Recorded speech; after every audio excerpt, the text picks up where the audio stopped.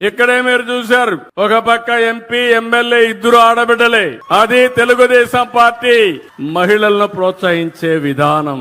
అందుకనే గ్రామీణ ప్రాంతాల్లో చెత్త నుంచి కాంపోస్ట్ తయారు చేయడానికి కేంద్రాలు కూడా ఏర్పాటు చేశాం. నేను ఇక్కడ మీకే ఆ బాధ్యత అప్పచెబుతున్నాను. చెత్త అంతా తీసుకుని కాంపోస్ట్ గా కన్వర్ట్ చేసి రైతులకు ఎరువుగా ఇవ్వాల్సిన బాధ్యత డాక్రా సంఘాలపైన ఉంది.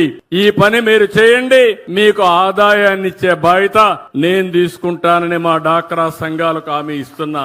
అక్కడి నుంచి రాష్ట్రంలో ఒక 75 సెంటర్లు పెడతాం. ఏదైతే తడి చెత్త అంతా కూడా కాంపోస్ట్ గా తయారు చేసి పొడి చెత్త ఉంటుంది, అందులో సెల్ ఫోన్లు చెత్త ఉంటుంది, ప్లాస్టిక్ ఉంటుంది, గ్లాస్ ఉంటుంది, పేపర్లు ఉంటాయి, రకరకాలుగా వస్తువులుంటాయి. అవన్నీ కలెక్ట్ చేసి మళ్లీ రీసైక్లింగ్ పంపిస్తాం, ఫ్యాక్టరీలకు పంపిస్తాం.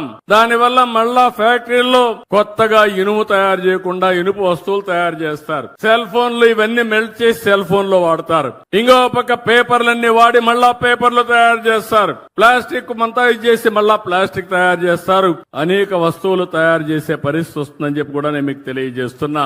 ఒక ఉద్యమ స్ఫూర్తితో తీసుకున్నాను. నేను మొన్న కూడా ఒకసారి మీటింగ్ పెట్టుకొని రివ్యూ చేశాను. దీనికి ఒక ఆర్గనైజేషన్ చార్ట్ కూడా ఇచ్చాను. తొందరలో ఇచ్చేయగలిగితే రాష్ట్రంలో ఒకటే చెప్తున్నాం. జపాన్ లో నేను చూశాను, రోడ్డు మీద ఎక్కడ కాగితాలు కనపడవు, ఆ పేపర్లు తీసే మనుషులు కనపడరు. వాళ్ళలో ఒక సంస్కృతి వచ్చింది.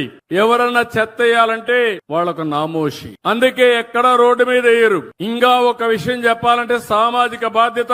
రోడ్డు మీద పేపర్ ఉంటే ఆ పేపర్ తీసుకుని పర్సులో పెట్టుకొని ఇంటికి పోయి డస్ట్బిన్ లో వేసే సంస్కృతి అని చెప్పి కూడా నేను మీకు తెలియజేస్తున్నా.